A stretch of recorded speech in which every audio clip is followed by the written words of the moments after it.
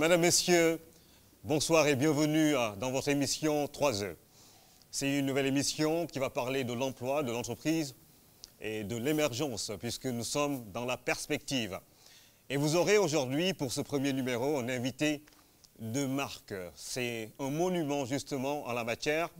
Il s'appelle Alioune Sall, il est docteur en sociologie et il dirige l'Institut africain du futur africain, basé en Afrique du Sud. Alioune Sall, entre autres, a rencontré Nelson Mandela. Il a été directeur de cabinet de la première femme présidente de la République dans un pays africain, Ellen Johnson Sirleaf. Vous aurez également 5 candidats qui vont venir vous présenter des projets qui pourraient être financés puisque nous avons la bourse justement des projets. Et vous, le public, vous allez voter pour ces 5 projets pour dire s'il faut ou pas financer. Et c'est pour cela que nous allons vous demander d'utiliser vos téléphones et tous les moyens de la technologie pour voter sur www.jeune3e.com. Jouez et vous pourrez sans doute gagner un terrain au Lac Rose, vous du public et vous qui nous regardez sur la RTS1. Et c'est parti avec les 5 membres du jury. Le premier, il s'appelle Lansana Gagny Sakho. Il est titulaire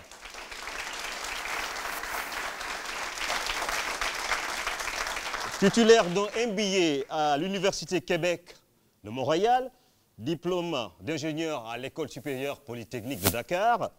Aujourd'hui, M. Sakho est le directeur général de l'ONAS. Le voici.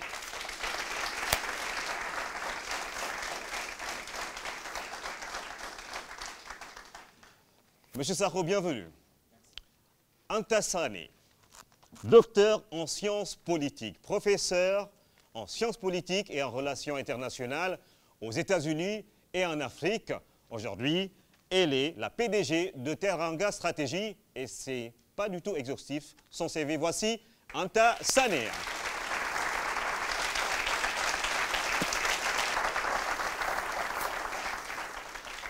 Alors, il a été enfant de troupe. À Saint-Louis, le Prytanée militaire Charles Thioréré l'a accueilli. M. Amar Kébé a eu une maîtrise en droit de l'entreprise. Il est le directeur de l'exploitation de AXA Assurance.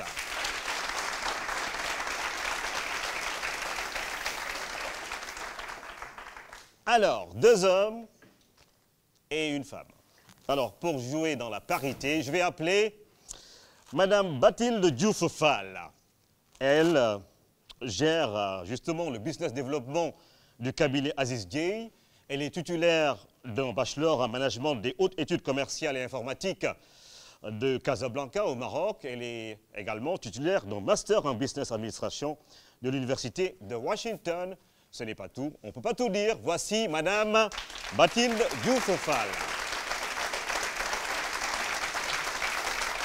Celui-là est un nom d'entrepreneur. Il est docteur vétérinaire, Bagoré Batilia.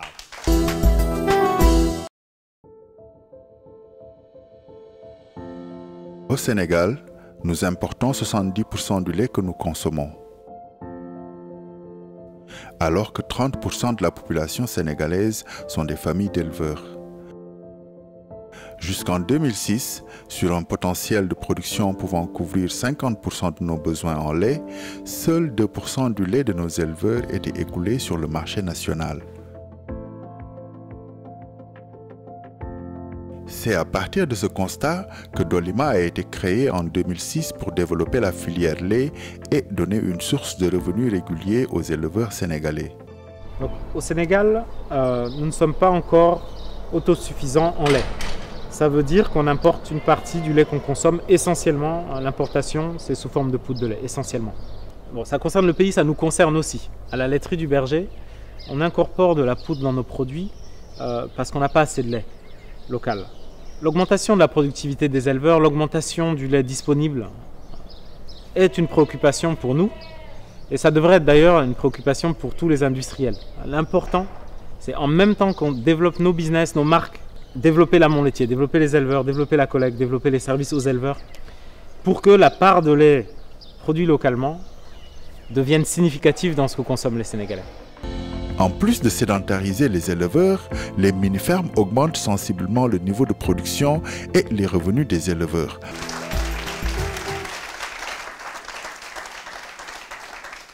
Alors, Bagoré est sorti de l'université de Louvain-la-Neuve et de Liège en Belgique, chef d'entreprise. Il est le patron de la laiterie du Berger avec un produit que vous connaissez sans doute, Dolima. Dolima. Bagoré, bonsoir. Bonsoir. Alors Bagoré, on va parler de vous. Vous avez sans doute roulé votre bosse un peu partout. Vous élevez des vaches, là-bas à Richard Toll. Pour vous, c'est quoi justement la clé du succès pour un entrepreneur? Je crois qu'un entrepreneur, c'est quelqu'un qui a la capacité de voir quelque chose qui n'existe pas encore en fait. Donc d'abord, je pense que c'est quelqu'un qui a de la vision, qui se dit tiens, c'est possible, ça il faut. Je crois qu'on pourrait faire comme ça, j'ai envie de créer ça. Et puis ensuite, c'est quelqu'un qui a la capacité de passer de ce niveau vision au niveau exécution, quoi, au niveau rendre ça réel. Et pour ça, il faut qu'il se transforme de rêveur à faiseur. Donc, quelqu'un d'organisé, quelqu'un de focus, qui est capable de comprendre les différentes étapes qui vont l'amener là où il veut et qui est capable de faire du focus. Après avoir rêvé, vraiment quelqu'un qui est capable de se concentrer. Et pourquoi vous dites ça? Vous avez connu des expériences qui vous ont confirmé que justement, il faut avoir cet état d'esprit-là? J'étais vétérinaire, donc au milieu des éleveurs. Et les éleveurs, dans nos géographies, c'est en Mauritanie, mais c'est la même chose au Sénégal, ils sont relativement pauvres. Ça fait partie des plus pauvres dans nos populations. Parce que simplement, ils ont un métier, ils ont un savoir-faire, mais qui n'est pas assez valorisé. Parce que personne n'achète leur lait, personne n'achète leurs animaux, en tout cas de manière vraiment très organisée, très structurée. Et c'est pas un métier. En fait, ils naissent éleveurs et du coup, ils sont éleveurs. Mais c'est pas avec ça qu'ils gagnent vraiment de l'argent. Ça, c'était révoltant pour moi. Je me disais non, ça, c'est pas possible. Il faut absolument organiser quelque chose. Et donc, l'idée de créer une laiterie qui achèterait le lait des éleveurs et qui ferait qu'ils aient un revenu constant et qu'on crée une économie, c'était ça. J'ai vraiment rêvé de ça. Mais franchement, en observant tous les entrepreneurs que je connais, au début de leur projet, il y a eu quelque chose comme ça. Un espèce de refus du statu quo. Non, les choses se font comme ça. Ben non, moi, je n'accepte pas ça. Non, pour moi, on peut le faire différemment. J'ai une idée de comment il faudrait faire. Et à force de travailler, à force de préparer, ils trouvent le chemin pour le réaliser. Et il y en a même qui arrivent à marcher sur le chemin et qui vont jusqu'à la réussite. Donc, non, mais vraiment, je pense que tous les entrepreneurs, je ne sais pas si vous vous retrouvez dans ce que je viens de dire, mais d'après moi, c'est vraiment classique, quoi. Partir d'un refus du statu quo. Mais c'est sûr, Bagoré, dans le public, il y a certainement des gens qui se disent mais pourquoi, après avoir fait des études en médecine vétérinaire, se transformer en chef d'entreprise? Pourquoi vous n'avez pas continué à soigner les vaches, les animaux? Comme je t'ai dit, soigner les animaux, c'est un service. Mais la vérité aussi, c'est le rêve, l'envie de faire quelque chose, l'impression d'avoir une idée, quelque chose qui te fait rêver, qui commence à t'obséder finalement. C'est vrai que je suis vétérinaire, mais j'ai envie de créer une industrie. Je sais que ce serait super impactant pour une région que j'aime, ce serait super important pour mon pays. J'ai l'impression d'être à ma place en faisant ça. Et du coup, ça t'habite et tu y vas. Et puis, la réussite, c'est grisant. Je crois que tous les jeunes, ils sont drivés par... Enfin, on a des définitions différentes de la réussite. Mais enfin, pour moi, c'était ça. Pour moi, c'était... Ouais, c'est vrai que je suis vétérinaire, mais j'ai vraiment envie de faire une industrie. C'est le moment en Afrique de créer des industries. C'était le moment au Sénégal, pour moi, de relier le monde traditionnel et les grandes villes qui se développaient. Et voilà, les chaînes de valeur alimentaire, c'est vraiment l'incarnation de ce lien. Et donc voilà, moi j'étais là et je n'ai pas pu m'empêcher de le faire. Alors, il faut que tu nous dises un peu, la première vache qui t'a montré la voie, c'était comment? Raconte-nous le déclic. Alors, le jour. C'est dommage que tu dis la première vache, parce que je ne vais pas pouvoir, enfin bon, je vais le dire quand même, mais sans polémique. Mais en fait, moi j'ai été très inspiré, je pense, par des gens, c'était pas des vaches, par des gens. Et bon, très tôt, mais en tout cas, moi je suis dans une famille, je suis le numéro 2 dans ma famille, et ma grande sœur, donc j'ai une grande sœur, qui était entrepreneur. Je me suis vraiment senti... ému enfin voilà, pris par une espèce de mission, quoi. Je me suis dit, il faut que je fasse ça, vraiment, il faut que je fasse ça. En 3 mots, conseil pour un entrepreneur. C'est 3 E, 3 mots. Il y a des moments de doute, c'est normal, hein, on a tous ça. Je Moi, vous voyez, je ne suis pas quelqu'un d'hyper sûr. Hein. Il faut être tenace. Il faut être tenace. C'est une course de fond. Il faut être tenace. Et puis après, être bien focus, s'appliquer, vraiment, essayer de faire de la qualité. Ça, c'est vraiment une organisation et pas de... Il ne faut pas transiger avec la bonne façon de faire, quoi. Donc être focus. Restez structuré. Merci Bagoré. Merci d'applaudir très très fort pour lui quand même. Hein? Alors, les champions vont venir se présenter dans un instant, parce que moi je pense que dès qu'on a la possibilité de s'adresser à un public pour vendre quelque chose, on a la chance. On va vous proposer cet entretien dont je vous parlais tout à l'heure avec M. Alioune Sall. Vous allez voir comment est-ce qu'il perçoit la notion de l'entreprise, de l'emploi et de l'émergence. C'est dans un instant, Alioune Sall.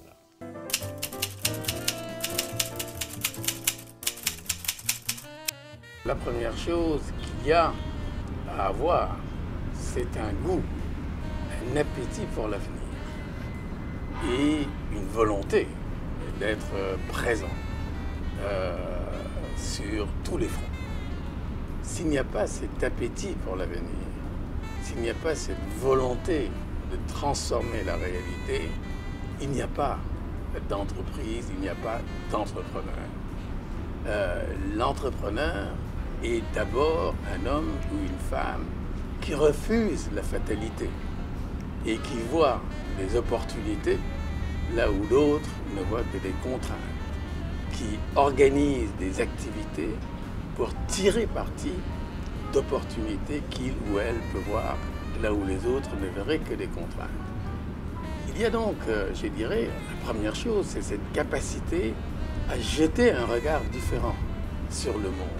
Parce que tant qu'on ne jette pas un regard différent sur le monde, on intériorise un sentiment de faiblesse qui est totalement antithétique avec la capacité à entreprendre. La deuxième chose, c'est qu'il faut faire partager ce goût de l'aventure. Il faut le partager avec d'autres. Parce que nous sommes dans des époques où le capitaine d'industrie isolé ou l'inventeur isolé, ça n'existe plus. Nous sommes à une époque où la conjonction des forces, l'organisation des synergies, le travail en réseau sont des conditions essentielles de réussite. Il faut donc former autour de soi des équipes. Et le ciment pour constituer des équipes, c'est un socle de valeurs partagées. Et je crois que de ce point de vue-là, il y a beaucoup à faire. On a tort de penser que seule une logique financière doit dicter les entreprises et que l'éthique n'a pas de place dans une affaire commerciale. Mais je pense que ce qui détermine très souvent le succès ou l'échec, c'est un certain rapport au travail, une certaine éthique, un certain nombre de valeurs qui sont partagées et un esprit d'entreprise. Là où cet esprit d'entreprise vient à être absent, il est certain que la durabilité de l'entreprise est menacée. Et puis, troisièmement, ce que je dirais à n'importe quel jeune qui veut s'installer, c'est que le succès n'arrive pas au premier coup. Pour durer, il faut pouvoir endurer. C'était l'expression d'un poète sénégalais. Pour durer, il faut pouvoir endurer. Il faisait référence à la politique, mais je crois que c'est encore plus vrai pour le monde de l'entreprise. Je ne connais pas l'entrepreneur qui raflait le gros lot, si vous me permettez l'expression, à la première tentative. Il faut accepter une part d'apprentissage, une période d'apprentissage, quelquefois accepter d'apprendre de ses échecs et remettre le métier, l'ouvrage sur le métier, parce que c'est à ce prix seulement que l'on acquiert l'expérience, la compétence, la confiance en soi, que l'on suscite la confiance chez les autres et qu'ensemble, on peut transformer les réalités. Merci beaucoup. Merci à vous. Merci, que Dieu vous garde. Merci, que Dieu vous garde aussi. Alors, voici la question qui vous permet de gagner un terrain au Lac Rose. Quel est le poids des PME dans le PIB du Sénégal? Répondez sur le site et espérez respirer l'air pur, justement au niveau du Lac Rose.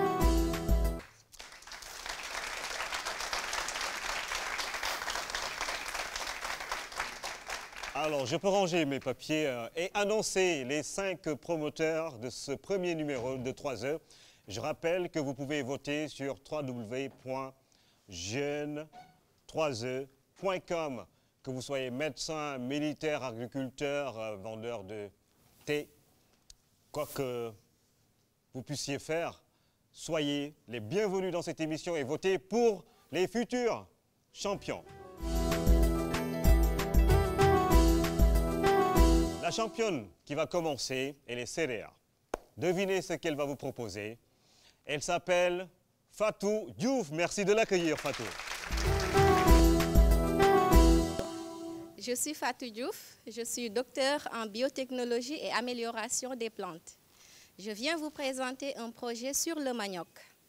Depuis toujours, nos paysans utilisent les boutures, c'est-à-dire les fragments de tiges, comme seule source de semences. Or, cette technique traditionnelle favorise la propagation de maladies qui réduit fortement les rendements. C'est pour cela que je pense que la filière manioc, qui doit se développer dans le plan Sénégal émergent, doit connaître quelques innovations. Ainsi, je veux créer une unité de production de boutures et de plants de manioc, qui sera basée à Thiès, la région où le manioc est le plus cultivé au Sénégal. Aujourd'hui, sur le marché, seule l'interprofession existe comme unité de distribution de boutures. Et l'apport reste trop faible, 2000 boutures par hectare, or il en faut 10 000.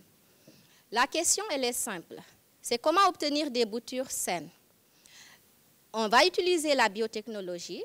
Grâce à la culture in vitro, nous allons augmenter le taux de multiplication du manioc de l'ordre de 100 à 1000 fois plus élevé que le bouturage traditionnel, ce qui nous permet de gagner des parts importantes dans le marché. L'autre aspect de notre projet est la transformation du manioc, car, vous savez, en dehors du bon nyambi que nous consommons dans notre thiéboudienne, on peut faire de l'amidon, on peut faire de la farine pour le pain, mais également du bon attiéké. Est-ce que vous connaissez l'attiéké? Donc c'est un bon plat ivoirien donc, qui est de plus en plus consommé par les Sénégalais. Donc le projet est intéressant. Nous avons besoin de 18 millions avec un retour sur investissement de 22%. Un chiffre d'affaires annuel de 65 millions est attendu avec un résultat net de 7 millions. 15 emplois seront créés, notamment des ouvriers et des techniciens. Le projet a un impact positif sur l'environnement car en évitant la propagation des agents pathogènes du manioc, on peut réduire fortement l'utilisation des insecticides dans les champs. Ainsi, mesdames et messieurs, je sollicite votre accompagnement pour que ce projet puisse être financé et que vous puissiez bientôt consommer du bon attiéké made in Sénégal et non importé d'ailleurs. Votez pour moi, je vous remercie.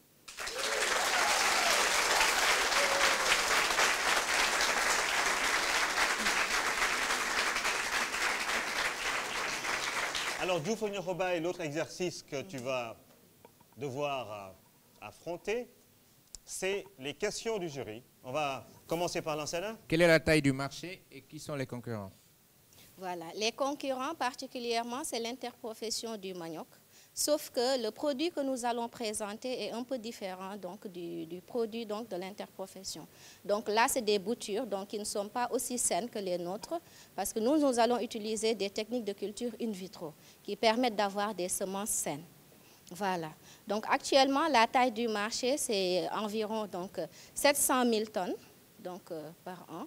On a 700 000 tonnes et on devrait en produire 1 200 000. Voilà, donc gap de 500 000. 500 000 voilà. tonnes. Comment comptez-vous vous y prendre pour convaincre les Sénégalais à adopter l'attiéké, eux qui aiment tant le thiéboudienne national? Quelles stratégies marketing allez-vous mettre en place? Les gens ne connaissent pas, donc ceux qui connaissent aiment bien. Parce qu'aujourd'hui, la taille du marché, ici à Dakar, on consomme, donc les restaurants, dans les restaurants, la consommation est de 1,5 tonne le mois. Donc il y a une étude qui a été faite au CESAC donc, qui révèle que la demande donc, elle est forte. Et là, on exporte 80% donc, de ce produit-là des pays voisins. Donc on n'en produit pas assez. Et après, donc, il y a les valeurs nutritives du manioc également qu'on peut vendre.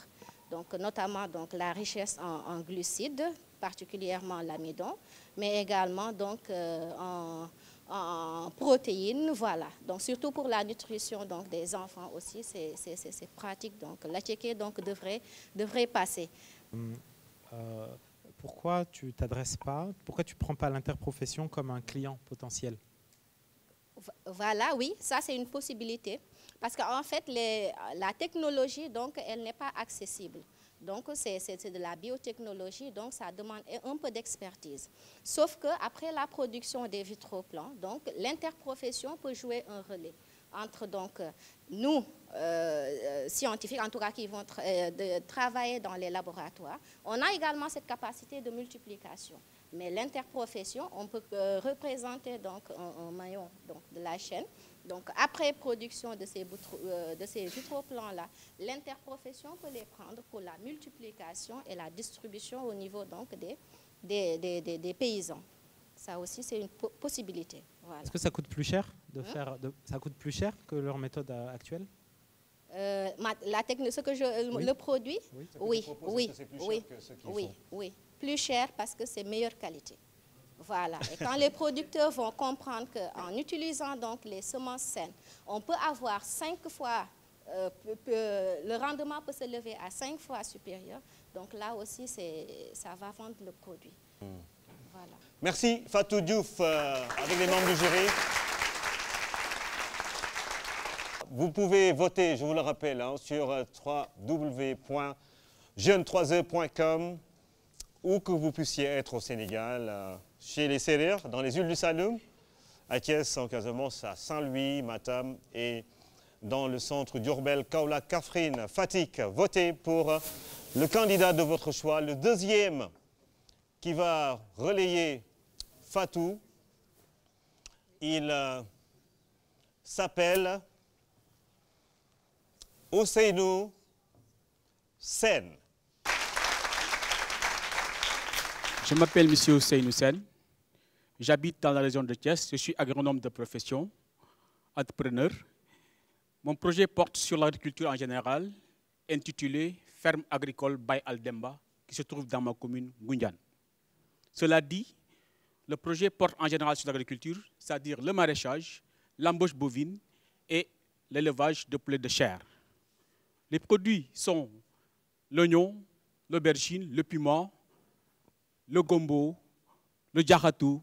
Vous tous, vous aimez le tchéboudienne de chaque matin, de chaque midi, et les poulets de chair et de la viande. Dans le marché local, nous savons que, en tout cas dans la commune de Ngoundiane, elle est frappée par l'exode rural. Des jeunes, des femmes quittent cette localité pour aller dans les villes, dans les grandes villes, pour chercher du travail. Nous sommes là, Fabal est là pour battre ce fléau-là au niveau de ma localité, mais également au niveau de toute la région de Thiès, et particulièrement également dans le Sénégal. Cela dit, le réseau de distribution est là.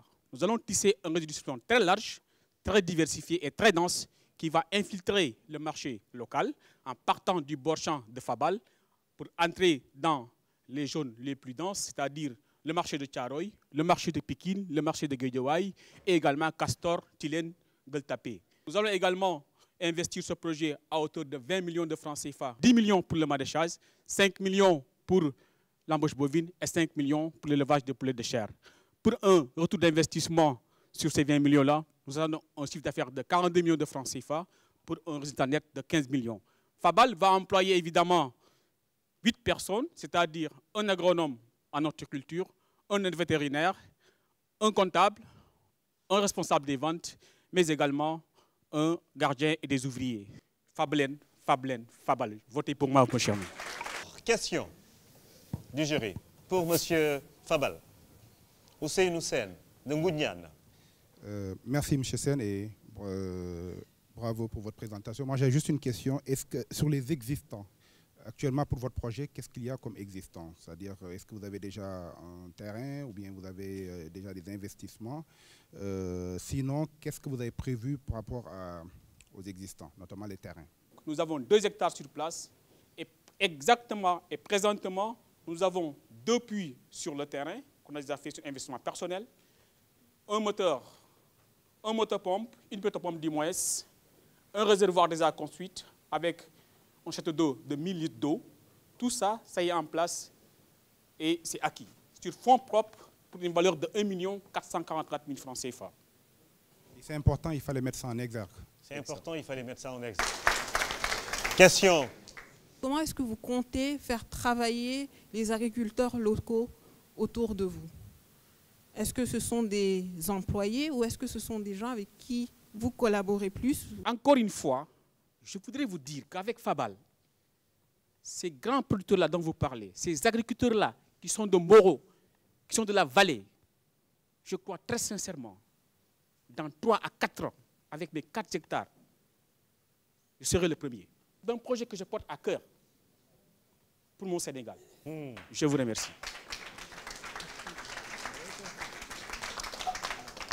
Merci, merci, merci Ousseynou. Je ne sais pas si vous avez fait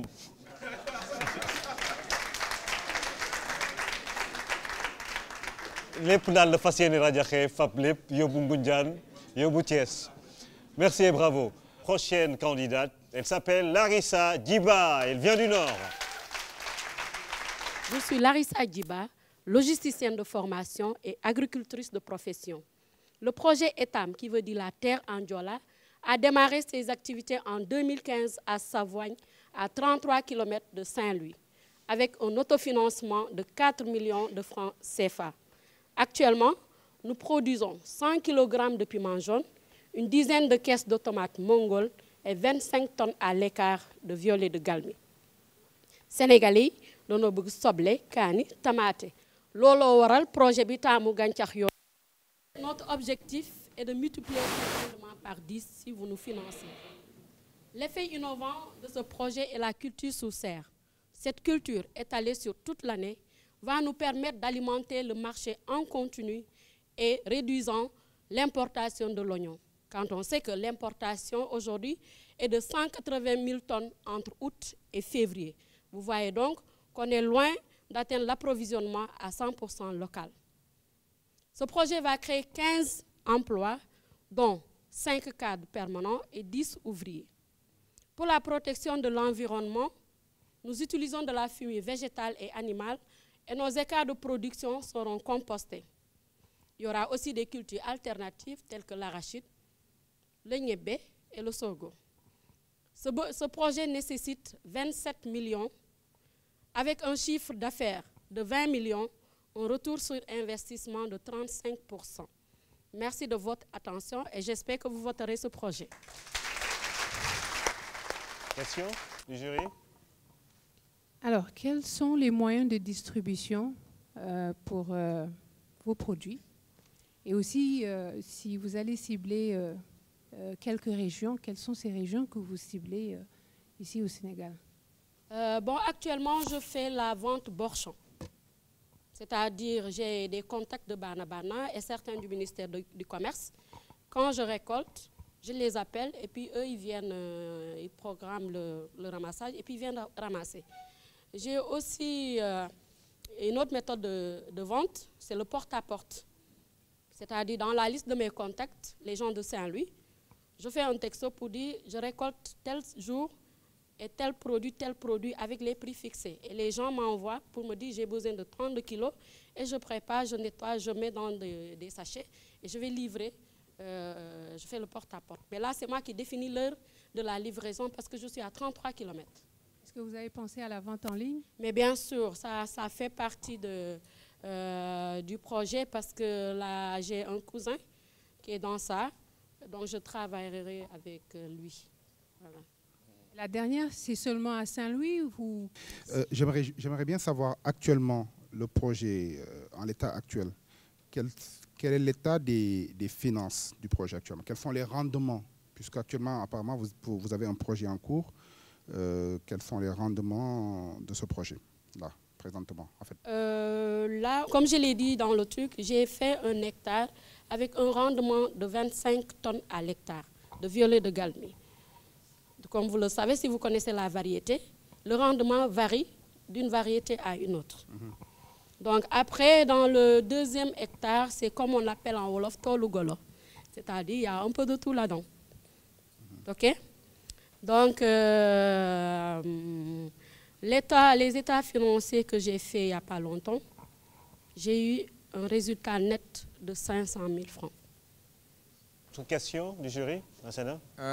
Ce qui se passe en réalité, c'est que nous n'avons pas les capacités pour conserver l'oignon. Je pense qu'il faut plutôt travailler dans une logique de pouvoir garder votre production sur des périodes beaucoup plus longues.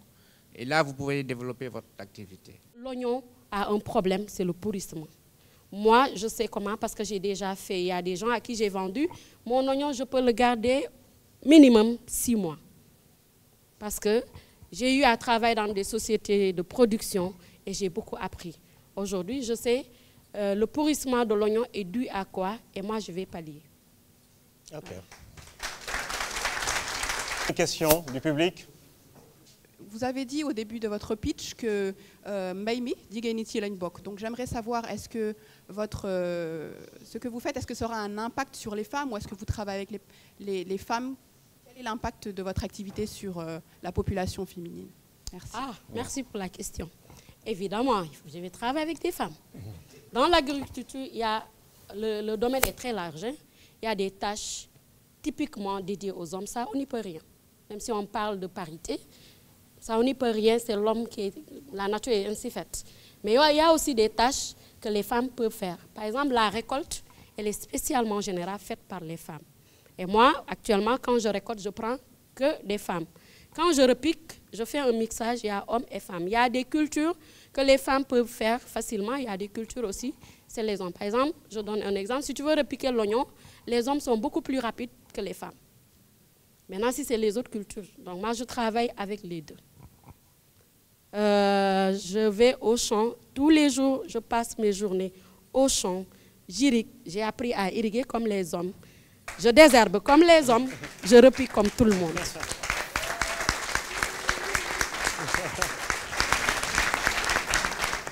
Tu peux aller rejoindre les autres. Alors, le prochain qui va suivre, et ça va sans doute vous étonner, c'est un Sérer encore une fois. Abdoulaye Sène.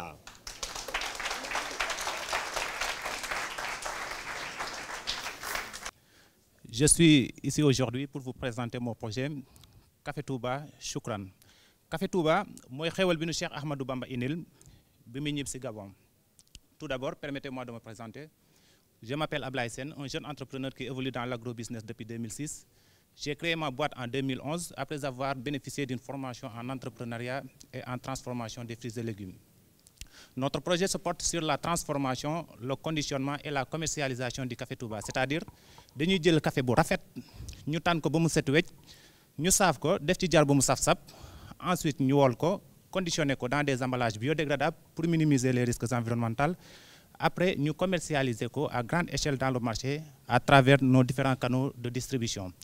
Ayant comme slogan défense et promotion de la qualité du café, nous voulons offrir à nos clients un café de qualité respectant toutes les normes d'hygiène et de santé à un prix bon marché et facile à filtrer. Comme innovation, nous voulons fournir du café soluble, du café en capsule et du café en papier filtre. Actuellement, le projet emploie 5 jeunes et grâce au financement dont nous sollicitons, nous voulons agrandir l'équipe à 30 employés. Le budget total du projet est estimé à 4 855 000. Actuellement, nous faisons une production de 4 tonnes le mois, soit un chiffre d'affaires de 7 millions, avec comme bénéfice 490 000 francs. Et nous envisageons atteindre une capacité de production supérieure ou égale à 10 tonnes le mois, soit un chiffre d'affaires de 17 500 000 et comme bénéfice 1 225 000. L'objet du projet est de participer au développement durable du pays en luttant contre la pauvreté, en créant de l'emploi. Sur ce, je prie toute l'Assemblée de voter pour le projet et je vous remercie de votre aimable attention.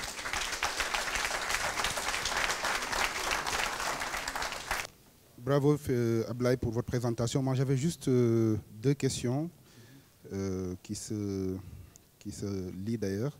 C'est d'abord, est-ce que vous avez fait une étude par rapport à la concurrence actuelle?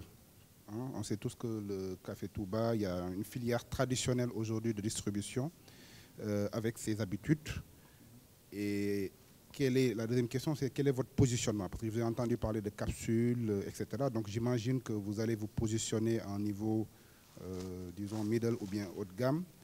Et quelle stratégie allez-vous mettre en place pour pouvoir être compétitif face à cette distribution classique qui est là et qui a déjà bien essaimé? Merci. Côté concurrence, milieu bi 2006 ba léegi maa ngi ci.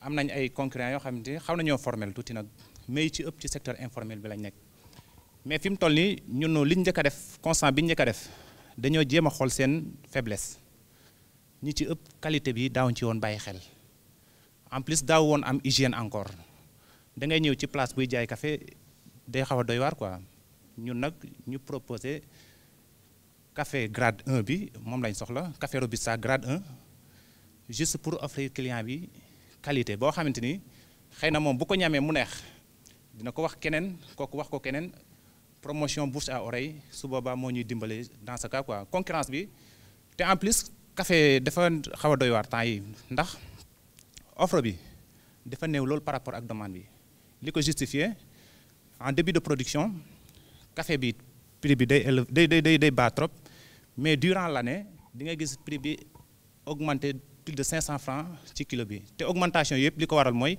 day manqué rek gars yi di yokk day manqué rek gars yi di yokk pour nga xam ne café franchement am nañ carrément fu ñu ko war a mën a dugal quoi. Merci beaucoup Ablaye alors man li ma lay bëgg a laaj mooy lan mooy sa part de marché si marché local bi yow yaa ngi ak café Touba Choukran lan mooy sa part de marché boobu benn la. beneen bi café Touba yëpp boo seetee ñoom ñëpp benn lañu yaa ngi wax jar bi si am mais yow sa bos lan moo koy utale lan moo koy différencier ak yeneen café Touba yëpp yi fi nekk.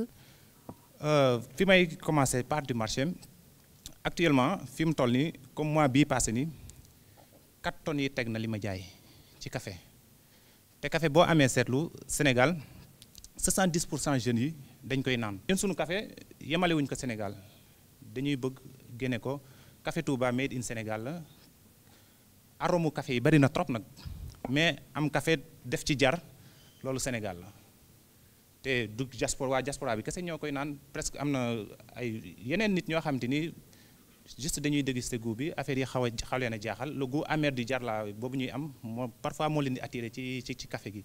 côté dosage bi bu jar bi ñun préférence 25% la ñuy def en fonction de milieu bi ñu nekk bu ñu nekkee amee client bu nekk Touba boobu dañuy wàññi dose bi ndax ndox yi bokkul quoi café dafa bari ay affaires yu bari yu ci ne ndox bi koy segg ni mu war a tàngee sax da ciy joué ndox mi ni mu war a tàngee da ciy joué bu ko defee yooyu yëpp da nga koy expliquer client bi.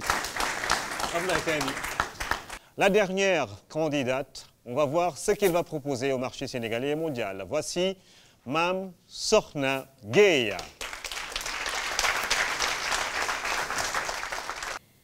Je m'appelle Mame Sokhna Gueye. Je suis étudiante en génétique des populations en master.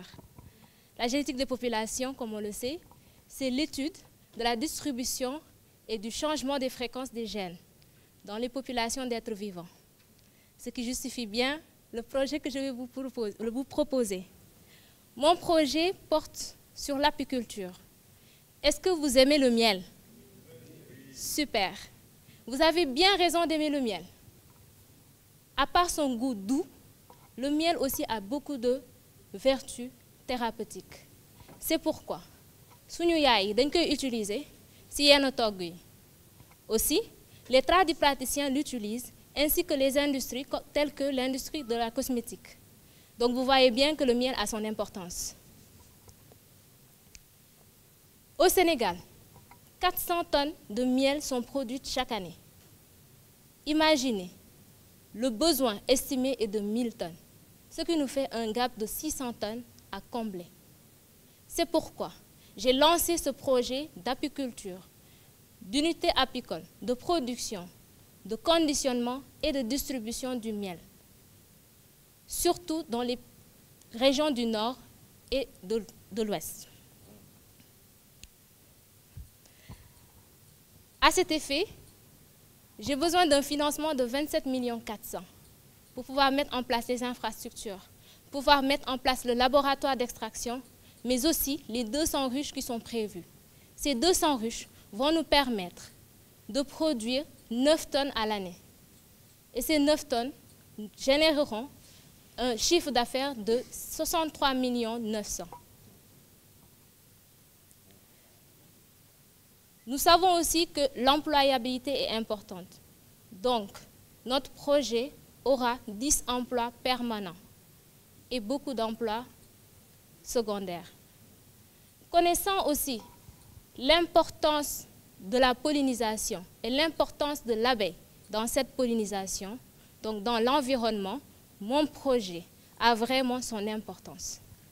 Nous irons en Casamance ou au Saloum pour vous chercher ce miel de mangrove tant prisé dont vous raffolez. Je vous prie de voter pour ce projet car c'est un projet d'avenir. Merci beaucoup.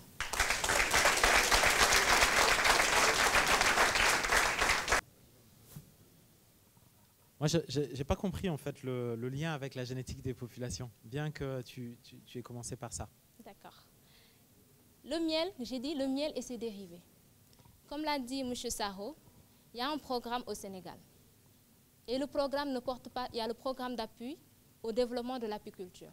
Le programme ne porte pas seulement sur le miel, mais aussi sur ses dérivés. Je l'ai expliqué tantôt. Le miel a ses dérivés qui sont la cire, la gelée, mais aussi les abeilles. Ce que nous oublions, c'est qu'une ruche peut être formée à partir d'une abeille reine. La génétique entre dans ce cadre pour transformer ces abeilles ouvrières en abeilles reines. Et cela pourra être exporté. Au Canada, il y a des entreprises qui ne font que dans l'exportation d'abeilles reines.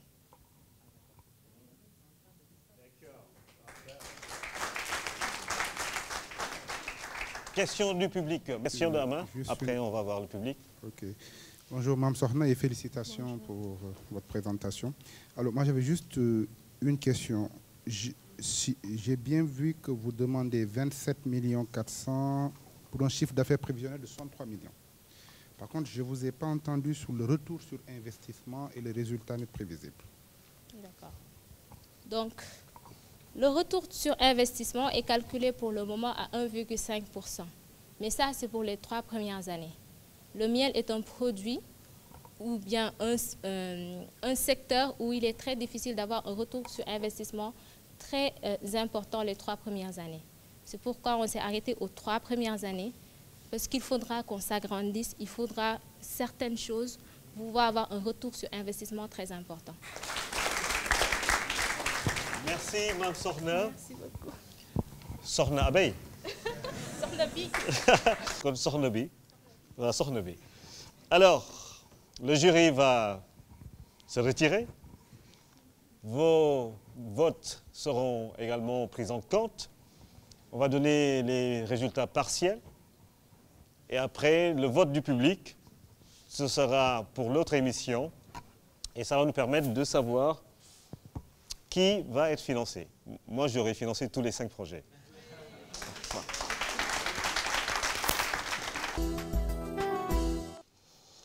Alors, le jury a décidé d'octroyer la note de 16,40 à Fatou Diouf Biotech. Pour Ousseynou Sen, le jury a octroyé la note de 11,60. Pour Larissa Diba, le jury a octroyé la note de 14.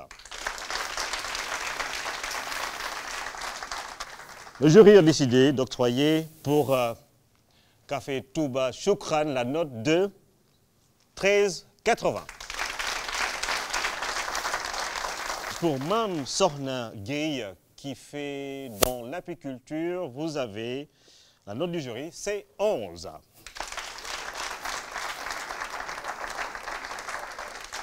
Il faut bien noter, hein, parce qu'après, au décompte, ça va être déterminant. Pour le public, résultat provisoire en attente des votes des téléspectateurs et internautes. Le public ici présent a décidé d'octroyer la note à Fatou Diouf de 14,94 points. Ousseynou Sène, vous avez décidé 9,70. Pour Larissa Djiba, vous lui avez offert la note de 12,71. Pour Ablaye Sène, le public de ce premier numéro de 3 heures a donné 12,35. Et pour Mame Sokhna Gueye, 14,28. Est-ce que vous avez bien noté?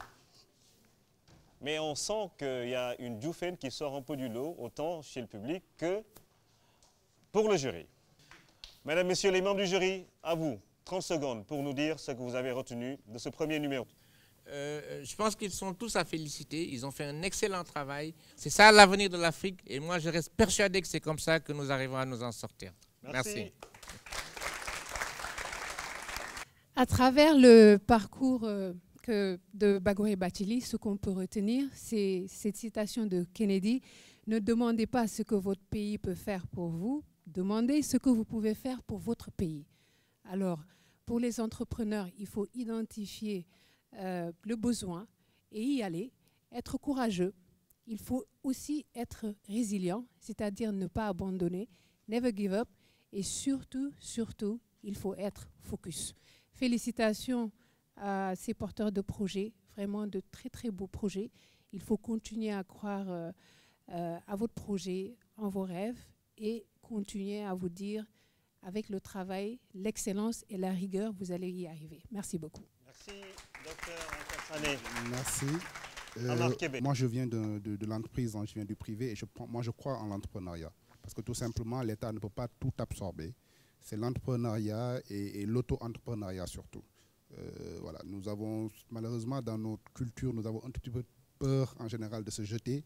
Mais je pense qu'on a aujourd'hui un exemple vivant à travers M. Bathily, ce qu'il a dit tout à l'heure, ce qu'il a vécu. Ça veut dire quoi? Ça veut dire de l'abnégation, ça veut dire, et surtout de la rigueur, parce que nous vivons aujourd'hui au monde de la rigueur, et la sélection se fait par rapport à celui qui apporte plus de rigueur et de qualité. Donc c'est ça qu'il doit faire pour se distinguer.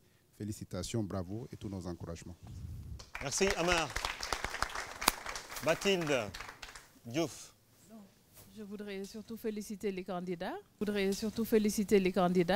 Et pour certains, leur demander de mieux se documenter et de présenter d'une meilleure manière peut-être leur projet en prenant en considération les exigences du marché. En les écoutant, on se rend compte que pour la plupart, ce sont des projets qui sont market-driven. Nous sommes là pour vous aider en vous accompagnant dans la mise en œuvre de vos projets. Donc, toutes nos félicitations et en espérant que vous serez retenus et vos projets seront financés. Merci. Merci. Donc, en 30 secondes, félicitations. Ça, c'est une opportunité aujourd'hui de faire un test. Vous avez vu peut-être des choses que vous pourrez améliorer les prochaines fois. Franchement, réussir un projet, ça veut dire échouer plein de fois. Aujourd'hui, c'est rien. C'est juste une opportunité de vous relever. Vous n'avez rien à perdre, vous n'avez rien perdu, vous avez seulement à gagner. Donc il faut ça. Relevez-vous vite. Vous avez des excellents projets, vous êtes tous des forces. On ne peut pas vous juger en 2 minutes. Bonne continuation. Merci à ce charmant public, très interactif, très accueillant. Merci et à bientôt sur RTS.